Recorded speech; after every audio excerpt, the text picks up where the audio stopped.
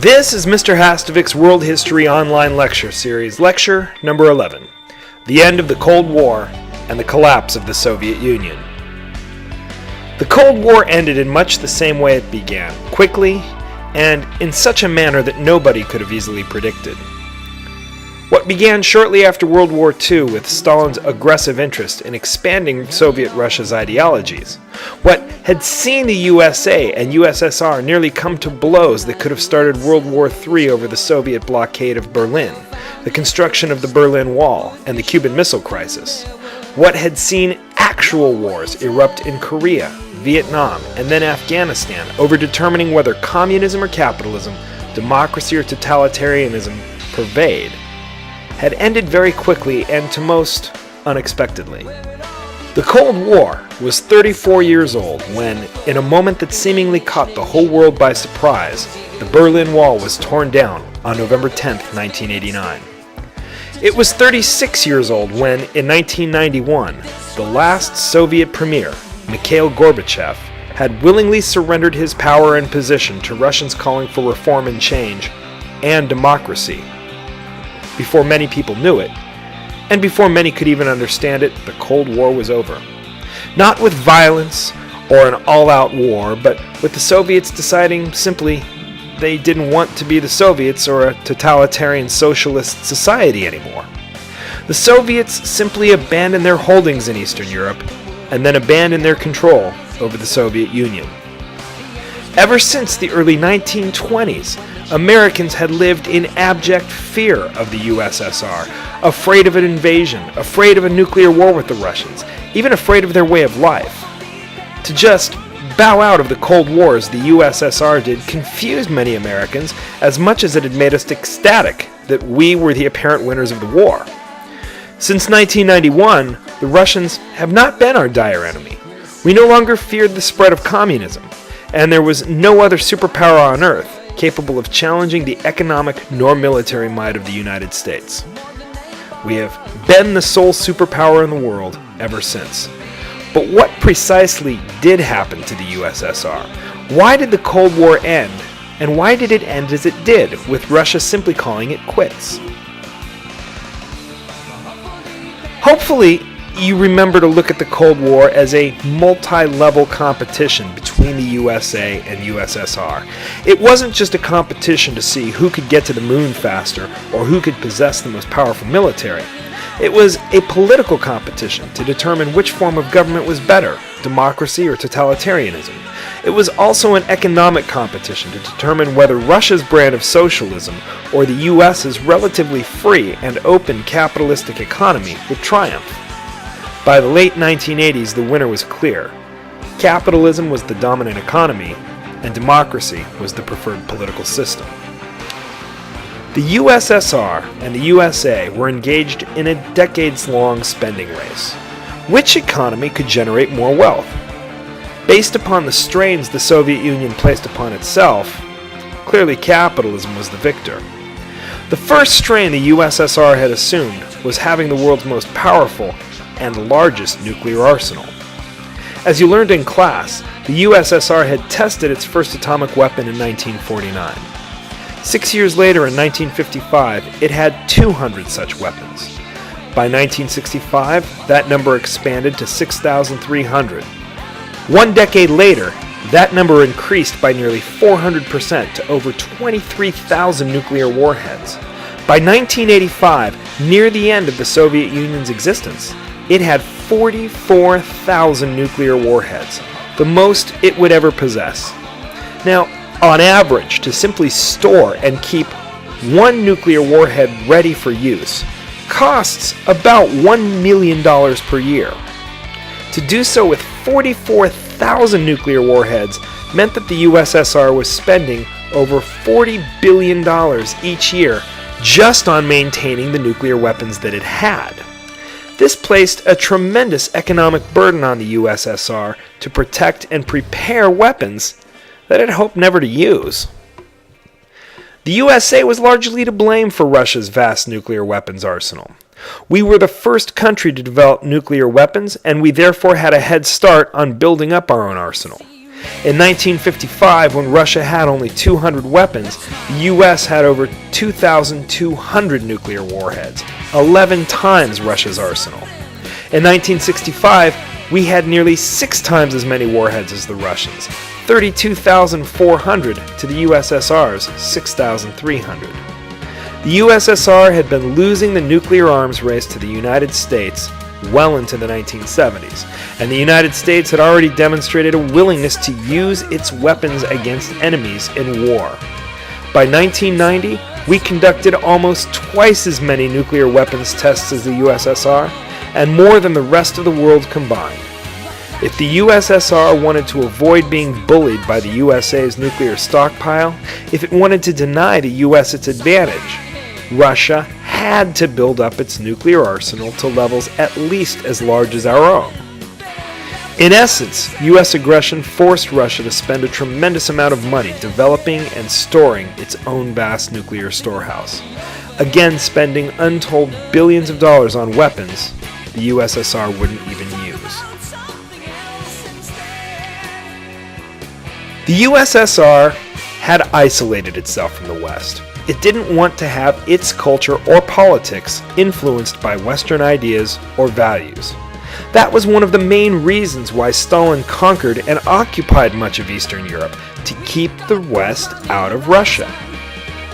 While borders may be effective at blocking the movement of people, they often fail at blocking the movement of ideas. Now, Russia's entire economy was geared toward providing for the wants of the nation and the needs of its people. However, it only functioned poorly at best at providing for its people's wants. There were very few consumer products available to buy in the USSR, and they were often of poor quality. While everyone had a place to live and had at least rudimentary health care provided by the state, they didn't really have board games. They didn't have much variety in the form of fashion, and the only art or music that was available to purchase or listen to on the radio was that which the government approved. Especially for Russian youth, who had either heard from family who had traveled to the West, or had met the rare traveler from the West who got the appropriate clearance to travel in and around the USSR, the West seemed like an exotic land that not only catered to your wants, but had more than enough consumer products to satisfy everyone's wants. Pepsi and Coke, which were forbidden products in the USSR, could cost as much as $25 to $50 per 2-liter bottle on the Russian black market. Not so much because these drinks tasted delicious, but because they were Western and therefore forbidden by the Soviet government. People wanted what they couldn't have. Rumors and legends of a place called McDonald's, which sold delicious meat sandwiches and garnished with something known as a French fry, were the stuff of a Russian's dreams. Rock and roll was a Western and American invention, and as such was not an art form approved by the Soviet Union. Yet smuggled record albums and cassettes could fetch well over $100 each on the black market. Even though they were illegal, many Russian teens knew who the Beatles, the Rolling Stones, The Clash, Pink Floyd, Billy Joel, and Guns N' Roses were. They either heard music that was smuggled in from the West, or were able to pick up Western radio signals if they lived close enough to Western Europe, or even pirate radio stations from within the USSR. Russians were enamored with Western culture, a culture that seemed to cater to what people wanted instead of what the government decided people needed. And these people wanted more. The USSR could not satisfy Russia's wants, only the West could do that.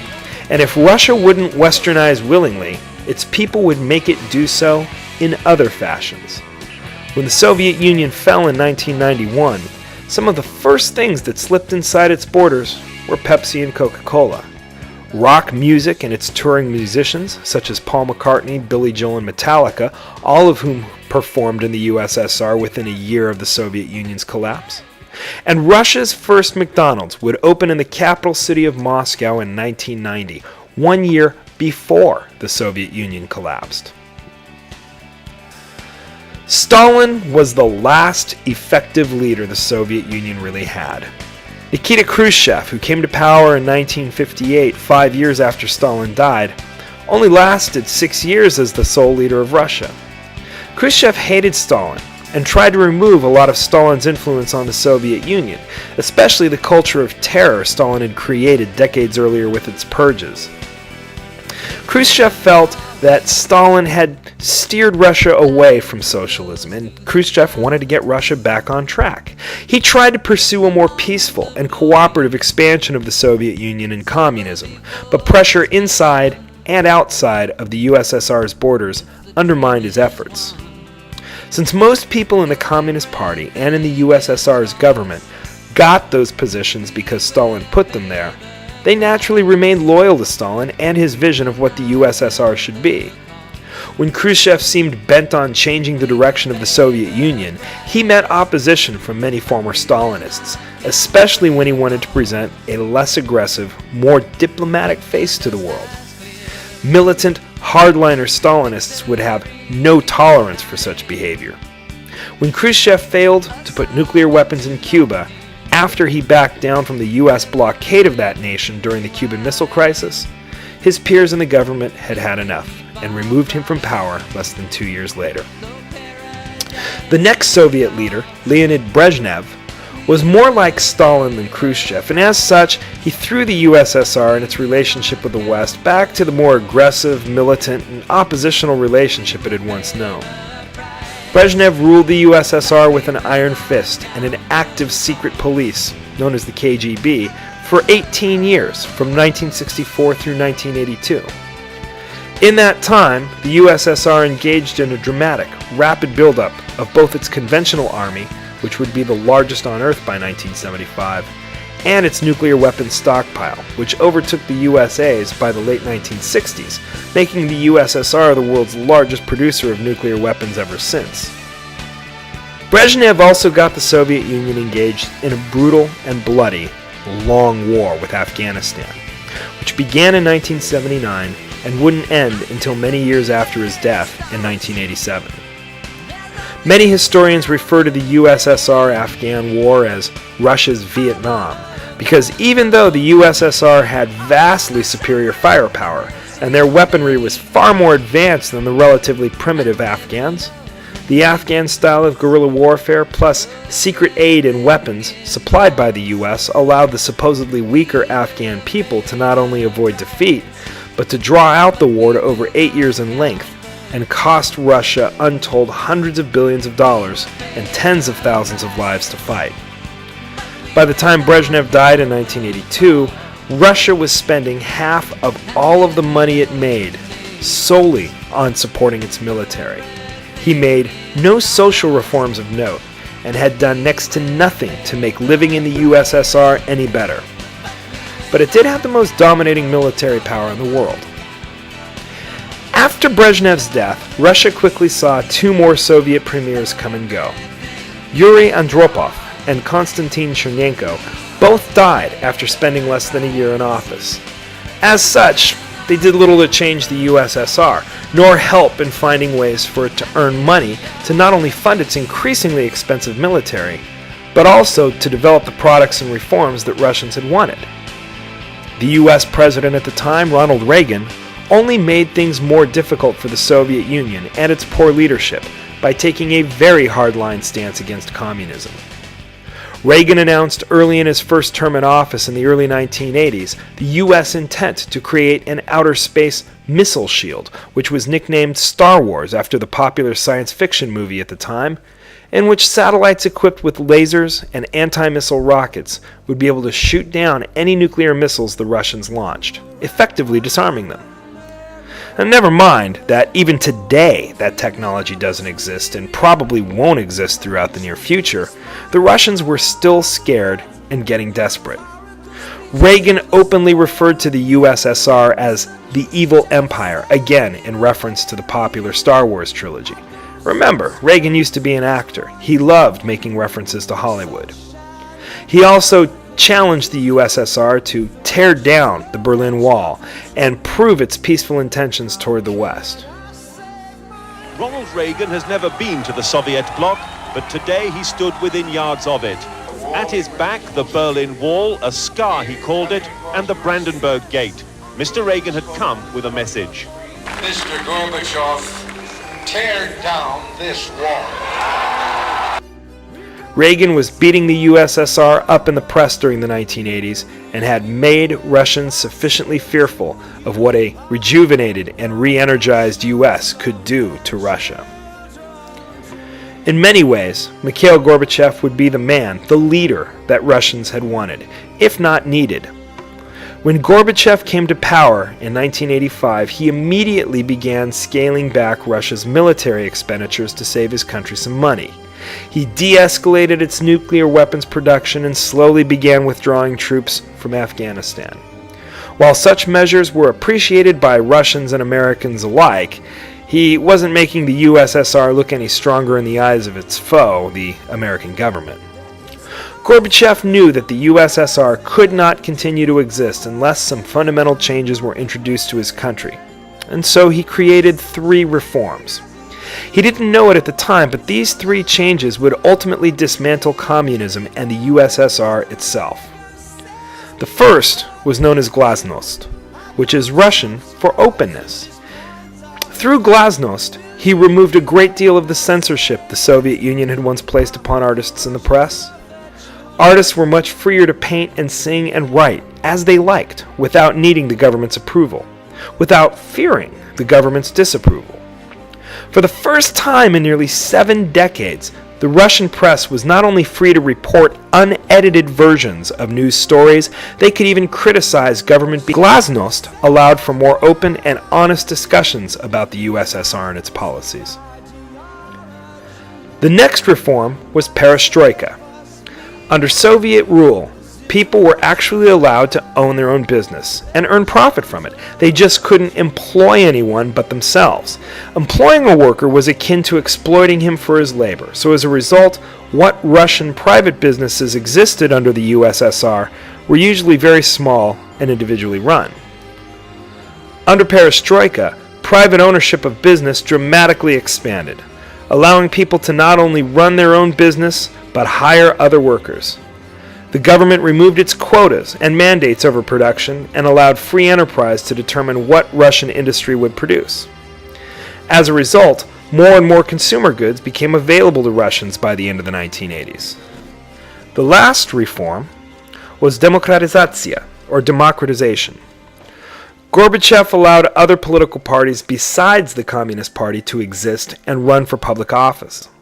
Demokratizatsiya allowed for competition in the Communist Party to exist. It allowed people and parties who had different visions and aims for Russia to pitch these to the voting public. Gorbachev had hoped that with these reforms, Glasnost, Perestroika, and Demokratizatsiya, the USSR could peacefully and prosperously return to its pursuit of creating a classless society through socialism. But the best-laid plans of mice and men oft go awry. The rapid influence of Western culture under Glasnost and Perestroika, the removal of censorship and imprisonment for expressing one's mind, and the expansion of democracy led to widespread protests and demonstrations throughout both Eastern Europe and the Soviet Union by the late 1980s, and a demand for the end of Communist Russia. In 1991, a coup led by leader Boris Yeltsin and joined in by tens of thousands of political dissidents ranging from angry mothers and grandmothers who had seen their sons and grandsons disappeared by Stalin and Brezhnev, to army veterans upset over their treatment during and after the Afghan War, had arrested and imprisoned Gorbachev in a dacha, a sort of summer home located along the Crimean border.